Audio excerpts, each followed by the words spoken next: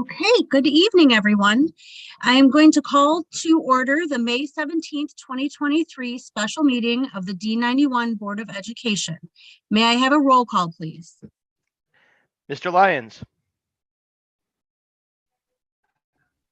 Ms. Angelo. Are you muted? Mr. Brooks. Present. Ms. Tyler. Here. Mr. Rummel here. Ms. Cotton. Here. Ms. Wood. Here. For anyone who would like to participate, please stand for the Pledge of Allegiance. Or sit, I don't know. I pledge allegiance to the flag of the United States of America and to the republic for which it for which stands, it stands, one one nation, nation, under God, indivisible, indivisible, with with liberty liberty and justice for all. Right, thank you. Ms. Tyler, would you mind reading the mission, vision, and equity statements, please? Sure. Sorry, let me just pull them up. Okay. Mission. Our mission in partnership with home and community is to educate each individual child in a safe and nurturing environment. We will foster respect and self-worth, teach skills relevant to contemporary life, and promote academic success and creative expression. We will encourage an appreciation of the rich cultural diversity of our community and instill a sense of wonder for the future to enable our students to become lifelong learners and responsible citizens of the world. Vision statement. Forest Park Public School District 91 will be acknowledged by all as a safe, nurturing, and diverse learning community that establishes the highest standards for innovation and continuous improvement to achieve academic excellence, and global citizenship for each individual child. Equity statement. Recognizing that systemic bias has plagued our educational system, we commit to nurturing dialogue around all issues of inequity, including culture, race, faith, socioeconomic status, gender identity, sexual orientation, and different ability as they pertain to classroom practices, school and district structures, and policies and procedures. We support actions removing barriers to opportunities that allow children to reach their full potential. Thank you, Ms. Tyler. Ms. Cotton, would you please read the honoring Native American land statement? Yes. We, Forest Park Board of Education, would like to acknowledge that this meeting is being held on the traditional lands of the Peoria, Potawatomi, Miami, Sioux, and Kickapoo people, and pay our respects to elders both past and present. Thank you, Ms. Cotton. Number 5, matters of consideration from the public. Do we have any? Pop in the chat. I don't see anything. Okay. Number 6, items for discussion. A, asset needs assessment presentation by Citizens Advisory Council. Take it away.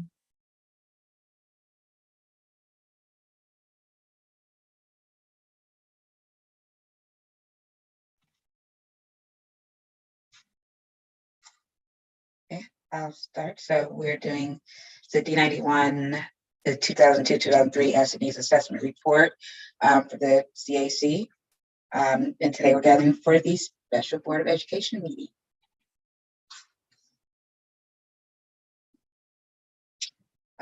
The Citizen Advisory Council, the CAC. I think Ms. Cotton-Yancey is muted, so I'll take over for her. The introduction is the Citizens Advisory Council is an advisory board to the Board of Education, responsible for projects such as the Parent Handbook and our district's asset needs assessment. Our school year 2022 through 2023 CA representatives are, and I apologize if I damage your names, Monique Cotton-Yancey, who is the Board of Education member, myself, Daquan Brooks, Board of Education member, Amy O'Connell, Betsy Ross, and teacher representative. Joe Hart, Field Stevenson representative. Christine Witt, Garfield and pre-K representative. Andrea Morello, Forest Park Middle School representative. Susan Bogdan, principal representative. Megan Hunt, PTO representative. Maria Maxim, village representative. Susan Farnham, library representative. Erin Palansik, community member. Carrie Schlichting, Park District representative, and Brenda Powers, community center representative.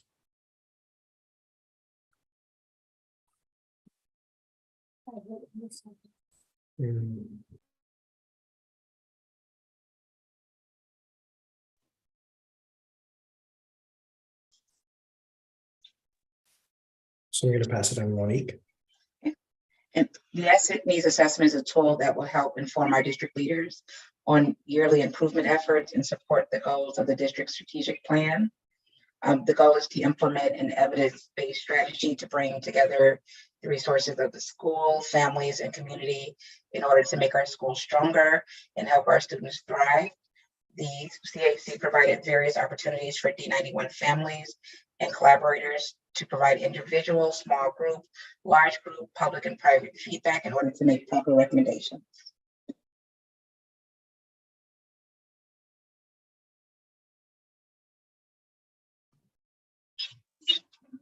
For data The collection, methods that we used in order to come up with the needs assessment was data collection based on archive data, one-on-one interviews, the focus groups, a 2022-23 essential data, 2 community meetings, the strengths and limitations. This year we had the opportunity to add on to the 21-22 asset needs assessment. Most of the work was done last year and we added on to those findings. One of the greatest strengths and opportunities of this process is the building of community relationships. A limitation is low participation and people being spread too thin. And key participants were CAC members, facilitated and collected all of the additional information.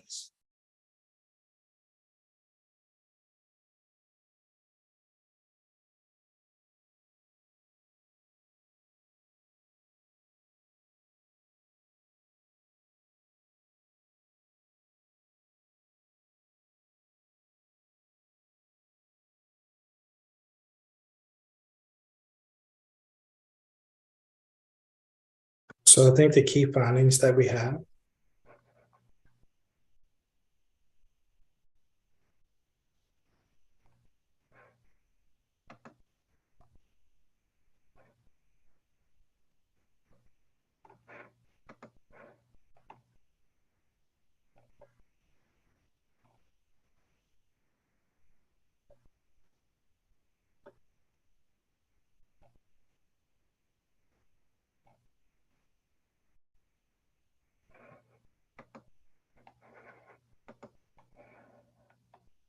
So I think the key findings that we have are the following.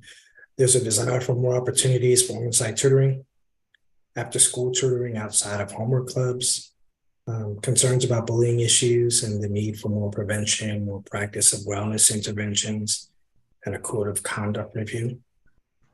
Families and staff want to see more in school and in classroom parent involvement opportunities to help support the staff and students. And adults need to be more mindful of words and language they use around students, which equates basically to cultural competency, a need for more cultural competency.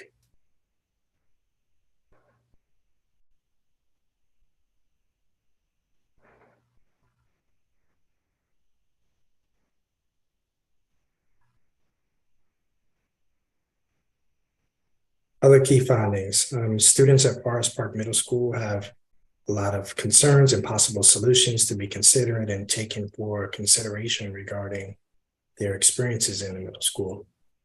There are space limitations at Bessie Ross, which proved challenging for ensuring sufficient physical activity time and often contributes to distractions in a classroom setting. And this causes disruptions in instruction.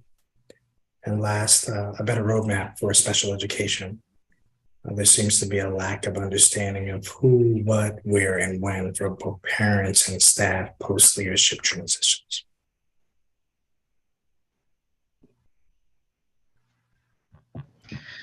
So last year's recommendations for the district to start doing were to pay teachers more and rethink the teacher stipend system, to start providing after-school enrichment programming for primary kids, provide opportunities for parent volunteers at the schools, and start to think about or discuss ideas on configuring our district in a better way in regards to buildings and space utilization to better support the needs of all students. Last year's recommendations for the district to stop doing, the findings were that multiple parent groups with a similar purpose were redundant. One is enough for the district. And also the second step curriculum at Forest Park Middle School was not working well. The district should explore new programs and curriculum to support SEL for middle school levels. The district should continue collaborating with other community organizations, continue providing newsletters for parents and staff, and continue conducting an assets needed assessment on a yearly basis.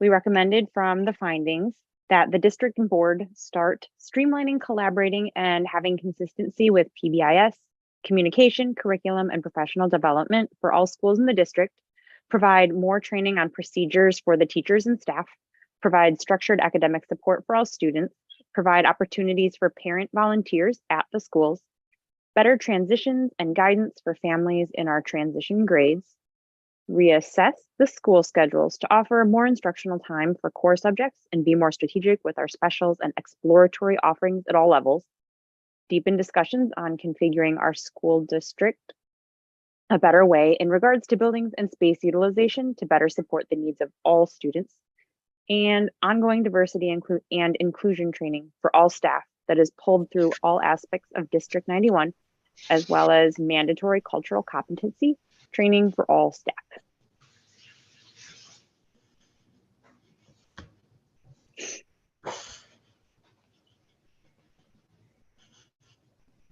We recommend the board stop school inconsistency, families, kids at multiple schools, and they need consistency in regard to communications, I believe.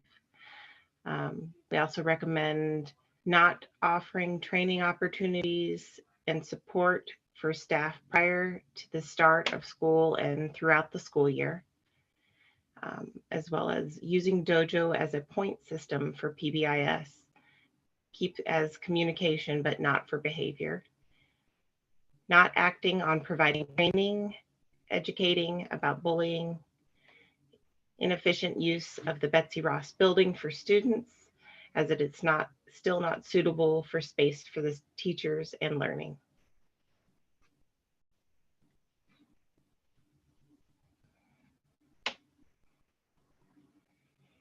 We recommend the district board continue to include professional development in all of the initiatives, have and build strong after-school academic and enrichment programs for all grade levels, continue collaboration with other community organizations, newsletters for parents and staff, knowing that the SEL is important and is still needed, conduct an assets and needs assessment on a yearly basis, and student leadership and decision-making opportunities.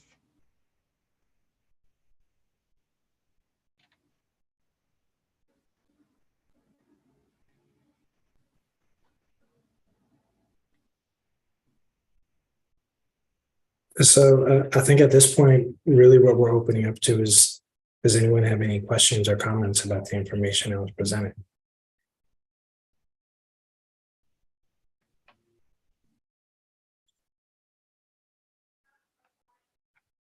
If we have a question, can we just come off and ask it, or what's the best way for us to do this? I'd say either way, either come off, whichever you're comfortable, if you want to put it in the chat, or just come off and give your question. Okay, I'm gonna make great, thank you.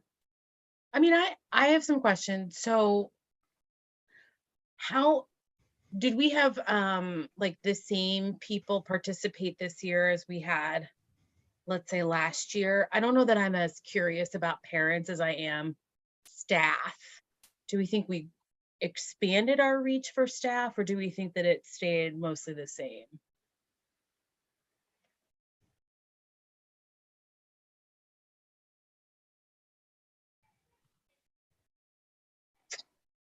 Fuquan, were you able to attend the staff meetings? I know I didn't go to those staff meetings. Or Nerys, were you there with the staff this year?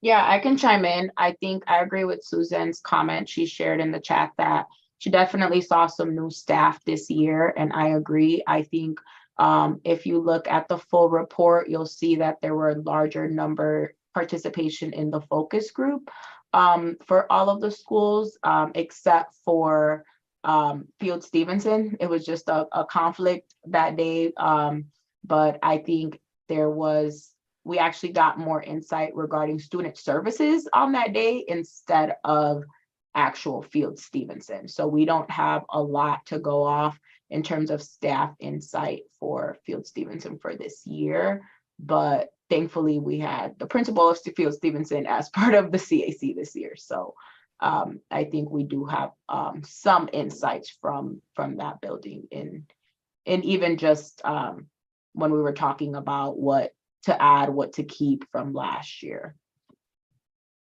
Got it, thanks. And I will absolutely admit and apologize for not reading the material before. I did not have a chance from the time that we received it, so I'll dive into it later.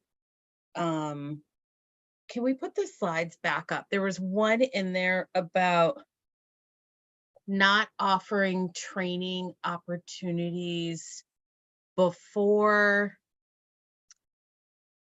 I didn't have it has something to do, I think, with Can I speak to professional that? development. Can I Yeah, speak to thanks. that? Sure. I believe what was stated is last year's calendar, there was only one day before school started, which only allowed for one day to have professional learning. This year, we did end up getting the 6 versus the 8 days. And this coming school year, we actually have more now. So we'll have the opportunity to provide an offering of training opportunities when students are not in session for our staff.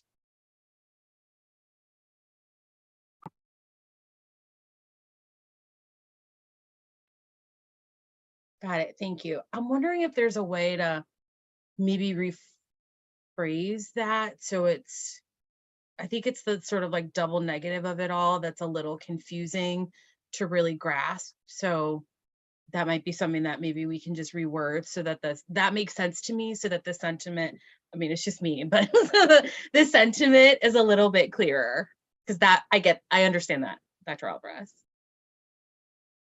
On that same slide, I'm curious about the Betsy Ross space discussion. So could we have more, like a little bit of conversation about that? Because this time last year, we had just finished a super robust conversation about Betsy in specific and space.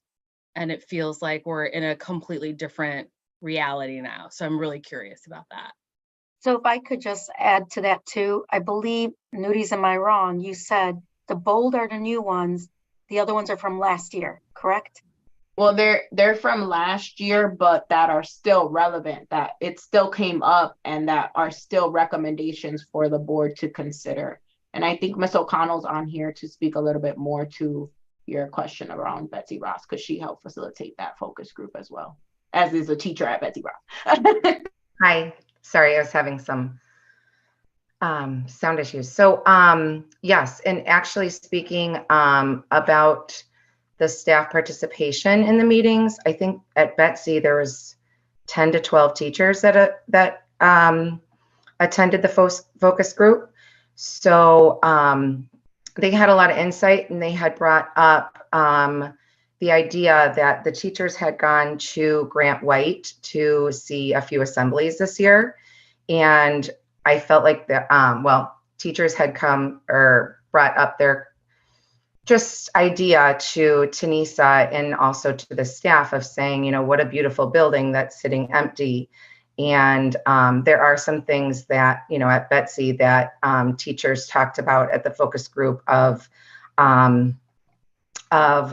lack of space, meaning, we don't have as many teachers working in the hallways, which is wonderful. That's what we were trying to skirt around.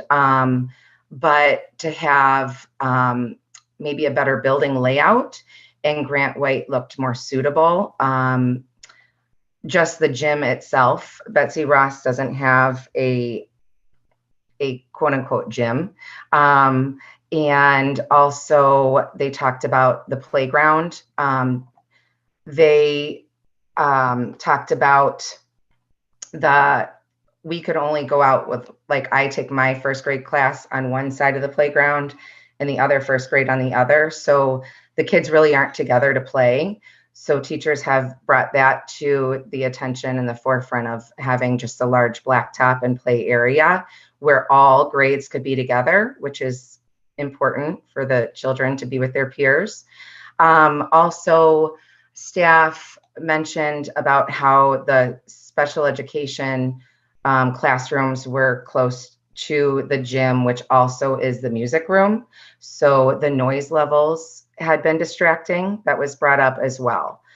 So I think it's mainly not, we have enough classrooms, and the, OT does work out of the library. Luckily, they were able to move into a room this year, but they were talking about just mainly the building itself. Grant White looked very appealing versus what the teachers have seen at Betsy Ross. They also, yes, I think in the notes they mentioned the safety of just like the big glass walls and lots of more open areas for safety concerns. There's always going to be safety concerns with buildings, but that's definitely been on the radar. But does that answer your question for the pros of why they basically looked at Grant White saying that's a beautiful school and it's sitting with, children are in there. Also a nurse's office they mentioned. I don't have my notes there was a whole bullet list of what teachers had mentioned, but our nurse's office is also our front office with the secretaries. So Grant White had a small nurse's room. So if there's a child that's sick and can't get picked up right away, they're just laying on the couch with the secretary and Tanisa right there.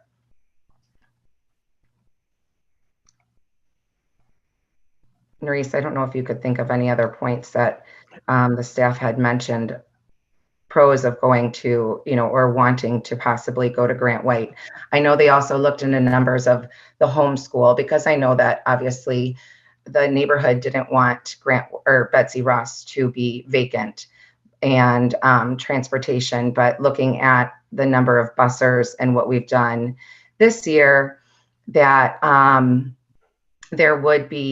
there's a small amount of children that actually walk to school. So they looked into those statistics as well of how many kids actually physically can walk versus getting bused right now or being transferred in a car.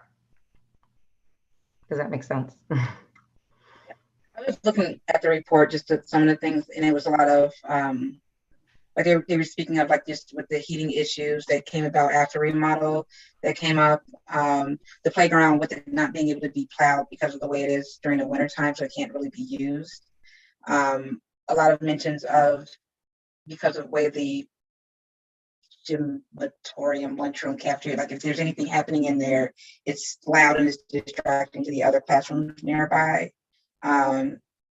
Just the way everything is laid out, that there's not enough space for the kids to move around, which creates the safety issues. And it's just, trying to include like the special education classes in, just doing the inclusion of classes and having them move through the hallways. Everything's very distracting. So kind of getting them to be able to be inclusion, just the way it's laid out, there's so many distractions on the way to the classroom.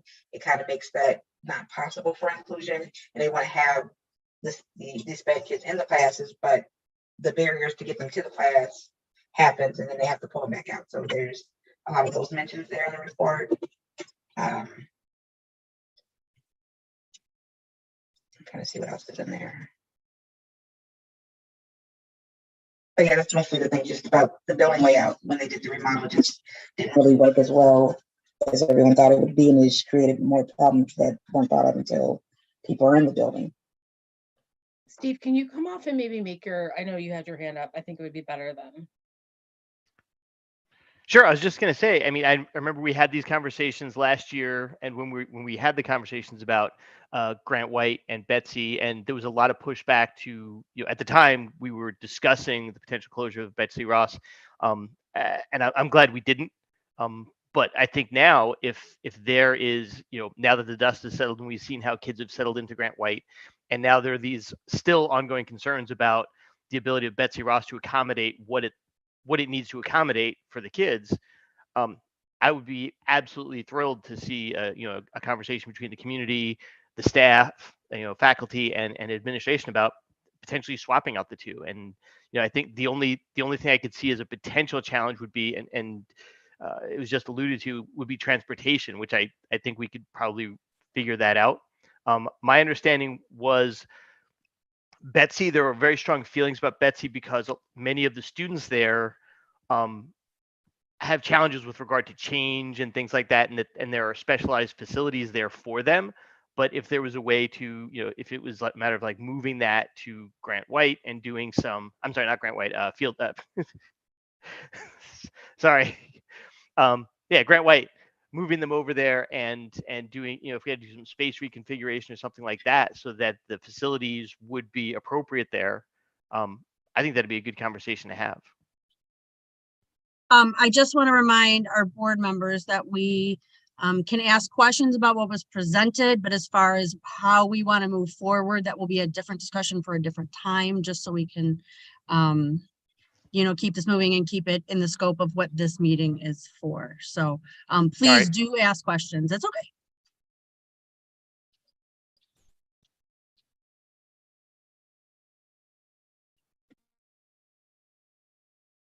There was also a slide that had like something about all students, and the all was in capital letters. Like, what should we infer from that bullet?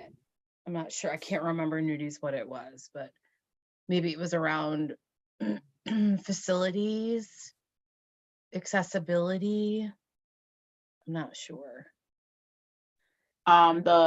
The comment is exactly what we're talking about right now. So deepen discussions on configuring our school district in a better way in regards to building space utilization to better support the needs of all students. I think why all is capital is because to make sure that we're including students with different needs and other situations, like was mentioned previously when making those decisions, just to make sure that the discussions and conversations don't miss out on some of those targeted needs of students. I had a question about the parent involvement in schools. I'm wondering if that means like during the day for teachers, because I know that we have our amazing PTO that are really great at getting volunteers. If maybe that's something that they can help with. And it also seems, it's hard to get people in, not engaged, right? But for one-on-ones and meetings because they're kind of tapped out. And to hear that, that's wonderful, but I'm wondering how do we bridge that?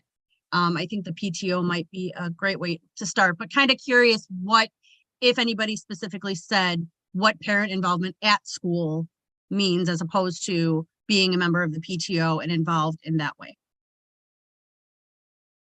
Does anybody want to jump in? I have it on the top of my head, but I want to give opportunities to the members to respond.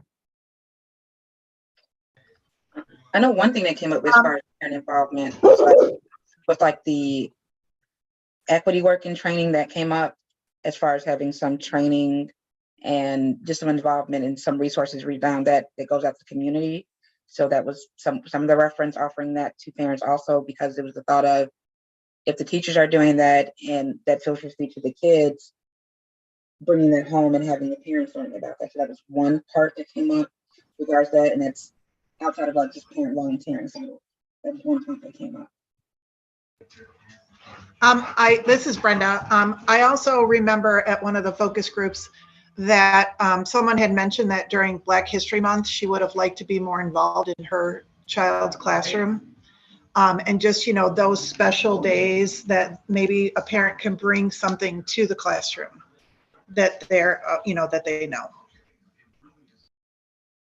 Yeah, it was a lot about being invited in, whether it be directly from teacher invitations to special activities, which there are different levels that schools do right now, but just like opening that up more for opportunities. And then there was also comments regarding coming in to support, whether that be in the morning for arrival, dismissal, lunch, recess, doing bulletin boards, helping in the hallway, like opportunities like that for parents to come in during the day to support at, you know, and help our staff in any way, and just kind of providing ways for that to happen at the school level.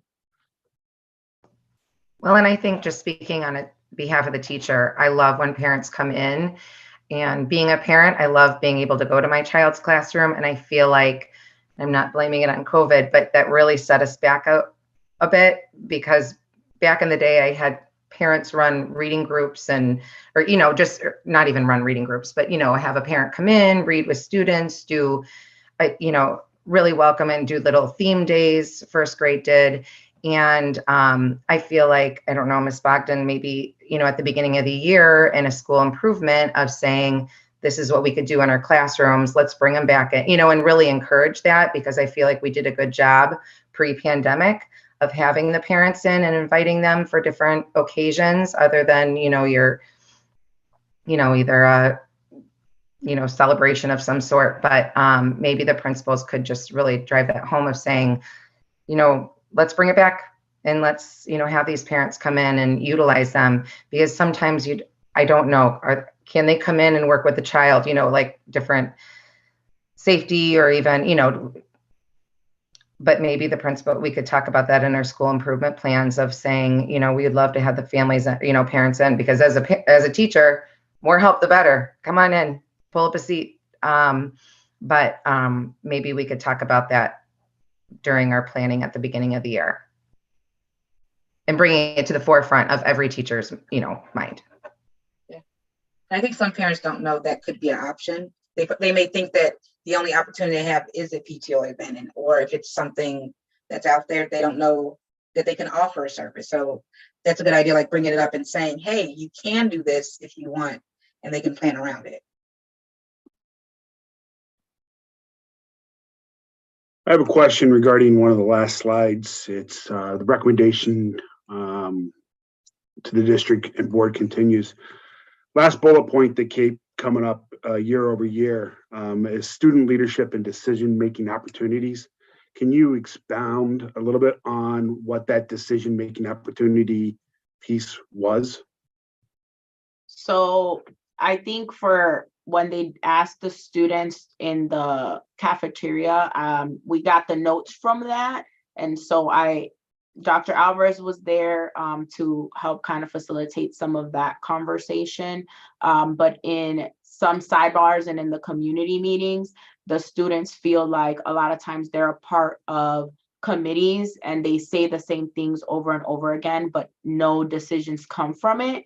And they're really hoping that they can somehow see where they can be a part of the decision-making conversation. And I think they're not sure what that looks like. So they just want like right now they're seeing that they're sharing things and some things change, some don't. The biggest example is dress code, like shifts to the dress code, then the code of conduct and other things that impact their day-to-day kind of being a student.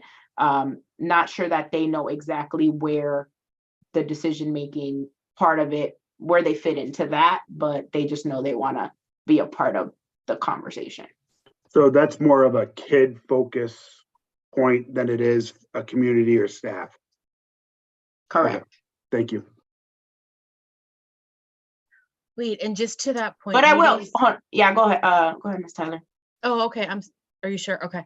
I was just gonna say for clarity's sake, so it's not so much wanting a seat at the table, which I think they feel like they have. It's wanting to take it further and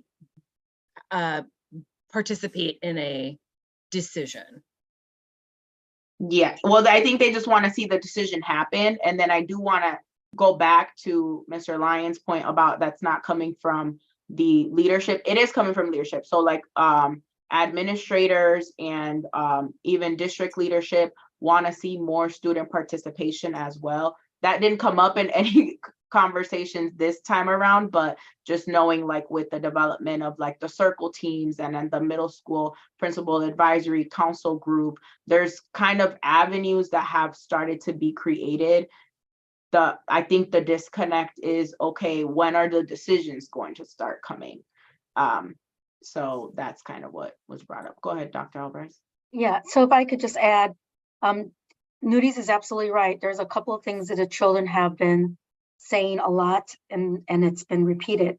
One of them is in regards to really understanding their grades and how to really understand their goals and what they need to do. That was one thing. And their suggestion was providing some supports for them to really understand how to look at their grades as well as their parents, so that their parents understand how to utilize that.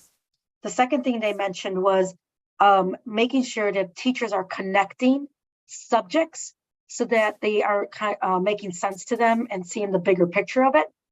And that entails teachers getting involved to really collaborate. And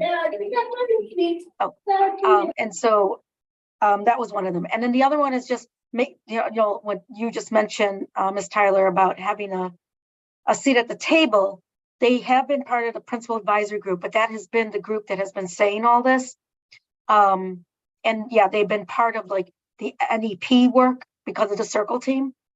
So one of the things we did do is invite them to be part of the interview process for the Forest Park Middle School principal. They were instrumental in this. And so that's why I wanted them to come in and talk about what it was like to be part of that and know that their voice really mattered to us. So just bringing that, those are the points that they brought. And they want a microwave in the cafeteria. And they want me to bring chips. I was gonna say, don't forget the chips.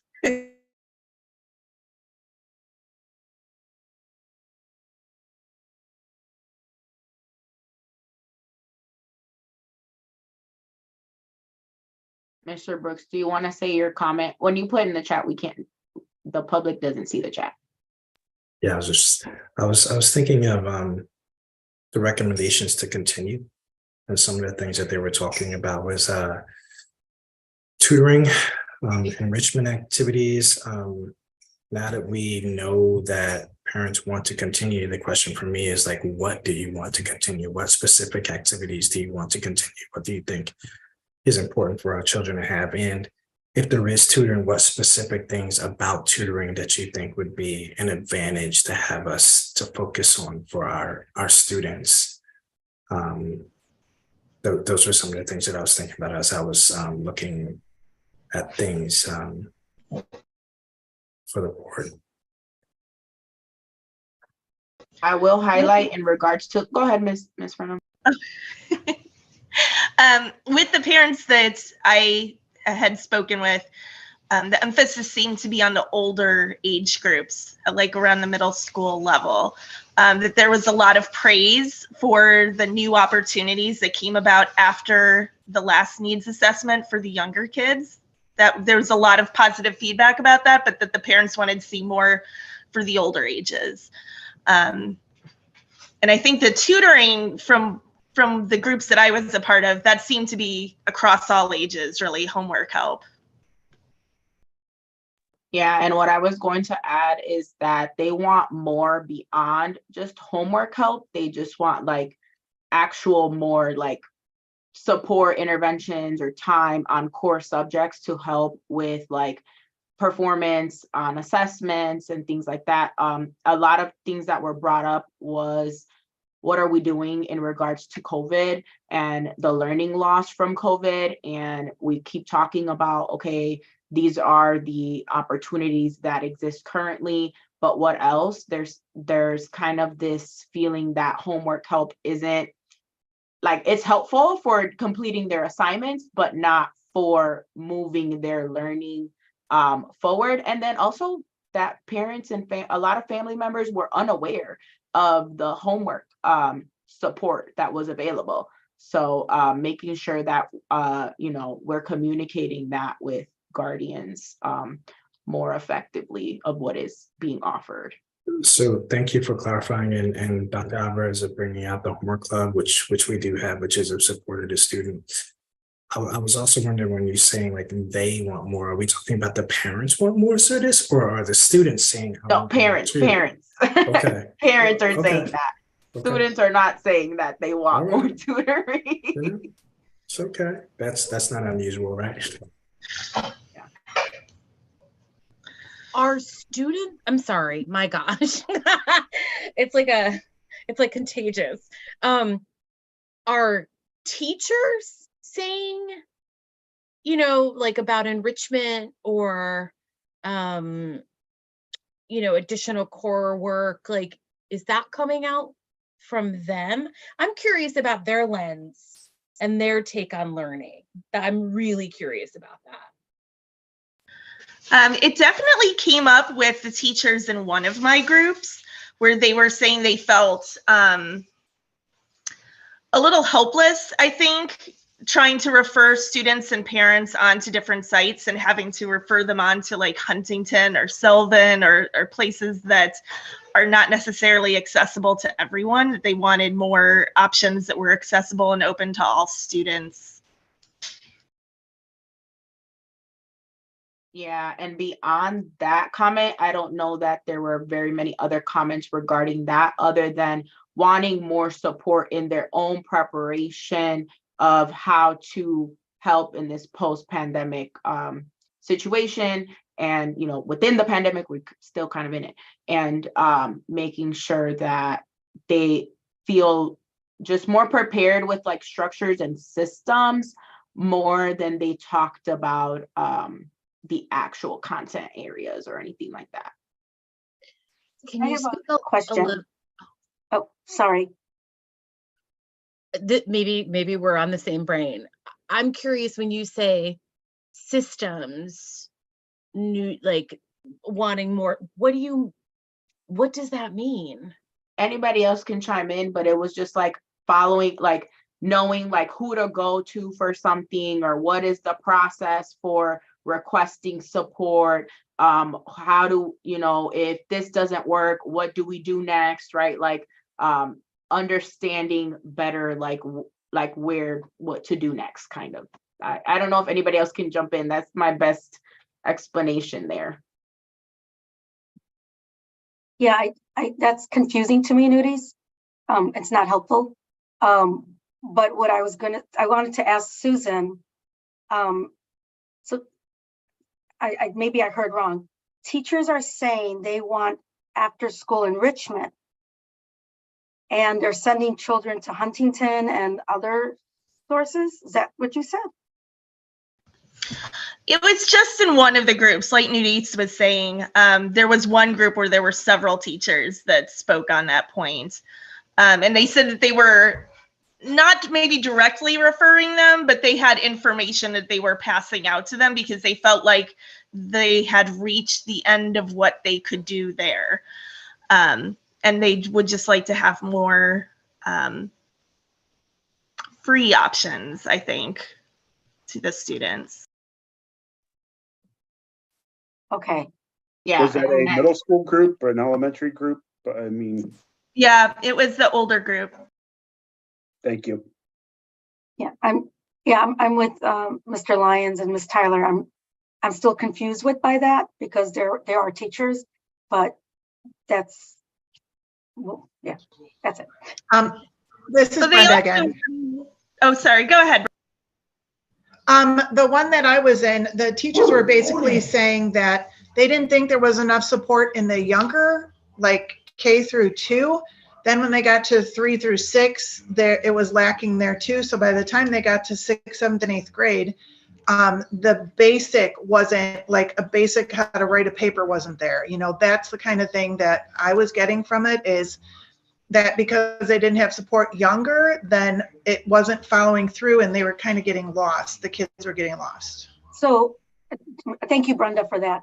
If we look at our scores, I'm sorry, I'm being defensive about it, but if we look at our scores are pretty good in our primary. They drop in 5th, 6th, 7th, and 8th grade. So it's easy to say the teacher before me is not doing their job and not getting the basics. But I will tell you, when I'm in those classrooms and I see my teachers in the primary level in Betsy and Garfield and at Field Stevenson, they are working hard and providing what our children need. Not that I'm not saying that the middle school teachers are not, but it's easy to do the blame game in this case. But I don't want to interpret anything with this, but I just want to defend my teachers in the other grade levels.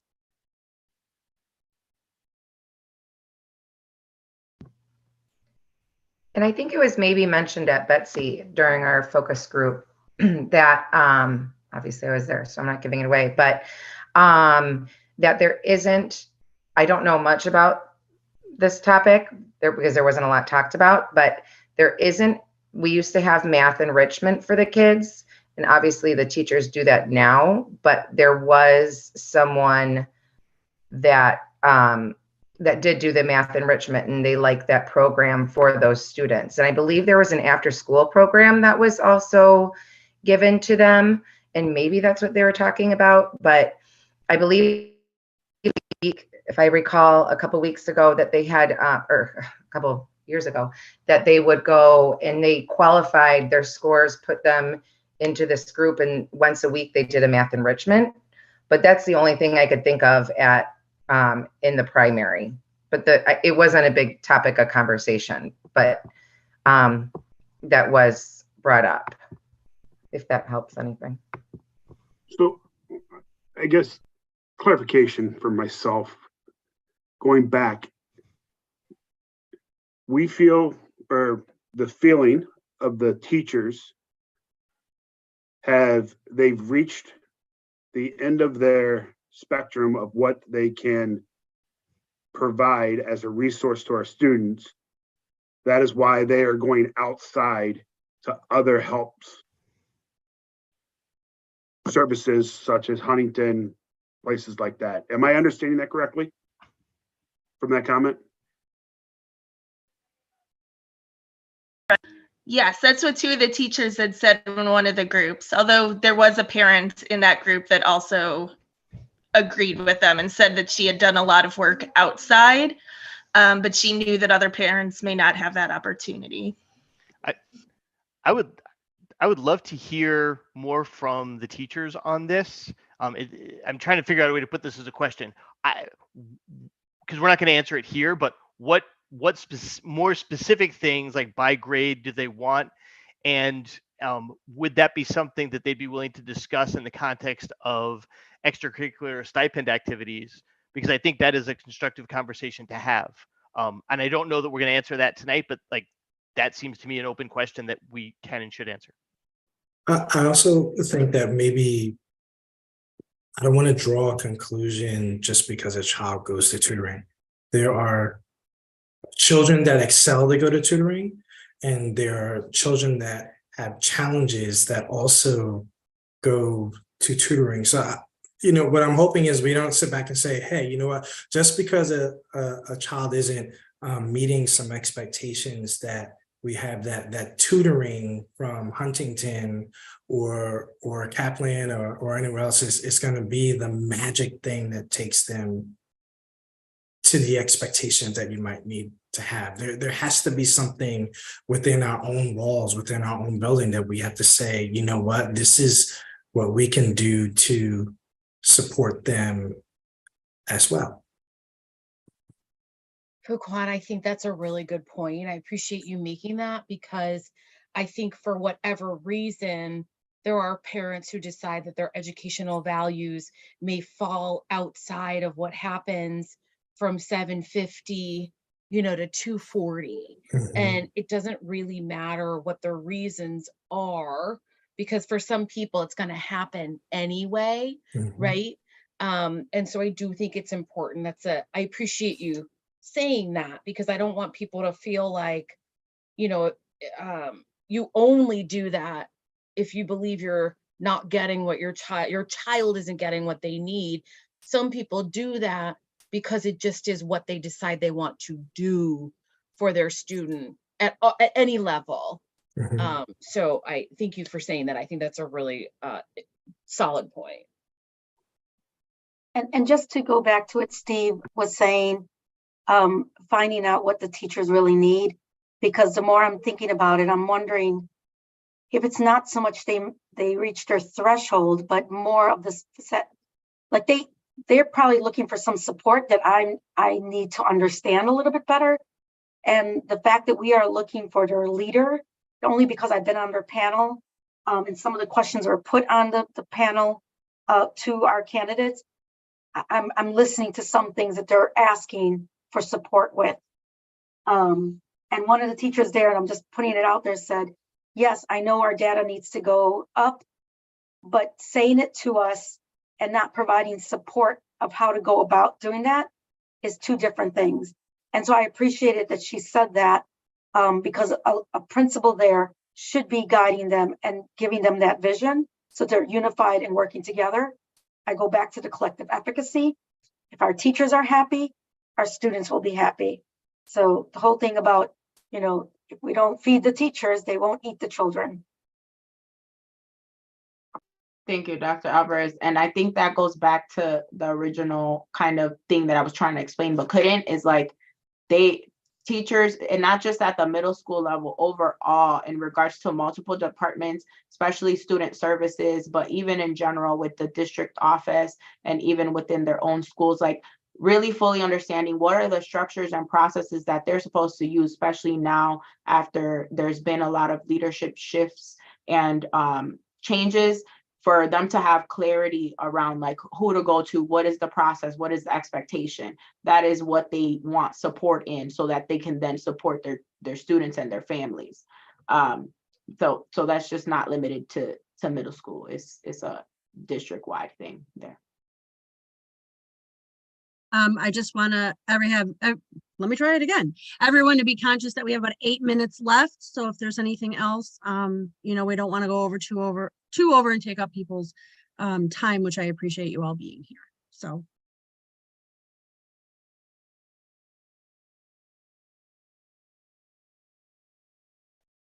Last minute questions. The time is now.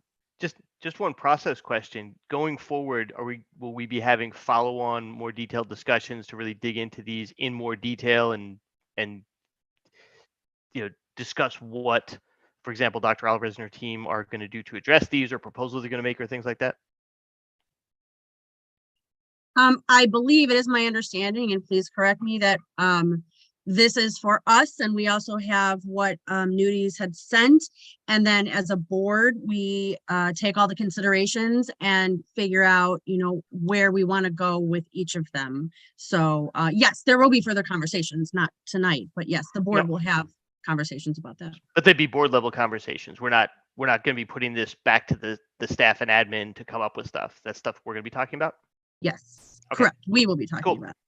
Right. And Steve, Shannon will decide what items for discussion and items for action will be put on the agenda. So this is for the board to kind of digest, reflect on it, and then the moves that will be made so that they could come to fruition. Thank you. And if Please, no, all board members, please, before our next meeting, make sure you go through everything that Nudie sent, all the information, their one-on-ones. I glanced at it. It was a lot.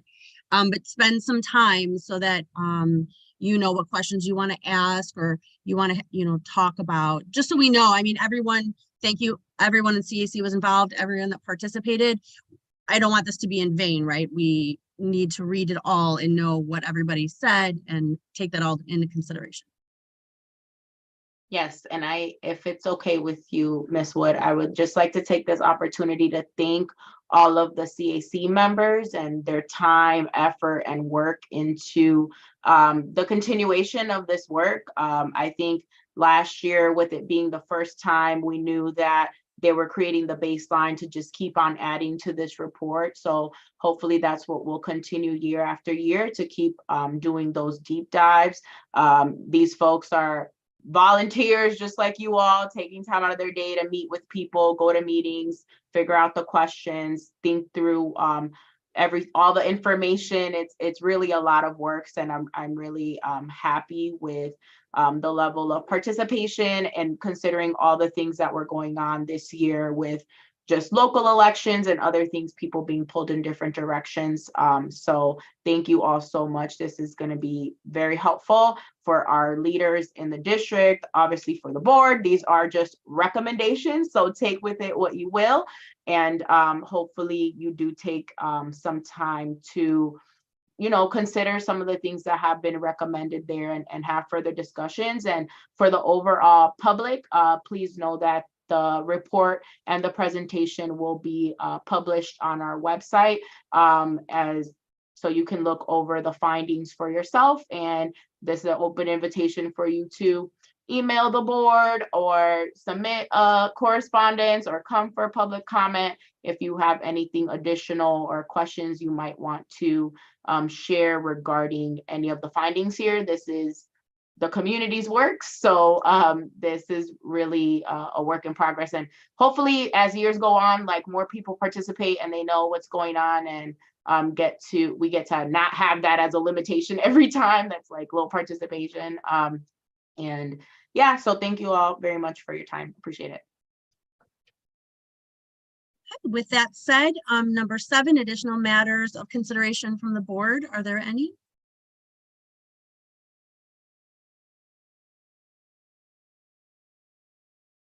Okay, hearing none, may I have oh, go ahead, Ms. Tyler. I just really wanted to thank Ms. Ucheta Ramos. She is so instrumental, as you know, Dr. Alvarez said in the comment, for getting this all together, and it wouldn't happen without her leadership. And so I just want to make sure that we publicly, you know, acknowledge her participation and leadership, and her spirit is always strong and steady. And so, so many thanks for that. Thank you. Thank you, Ms. Tyler. May I have a motion to adjourn? Make a So motion. moved. Second. Okay, all in favor? Aye. Aye. It is 7:28 and this meeting is adjourned. Thank you everyone for your time and participation.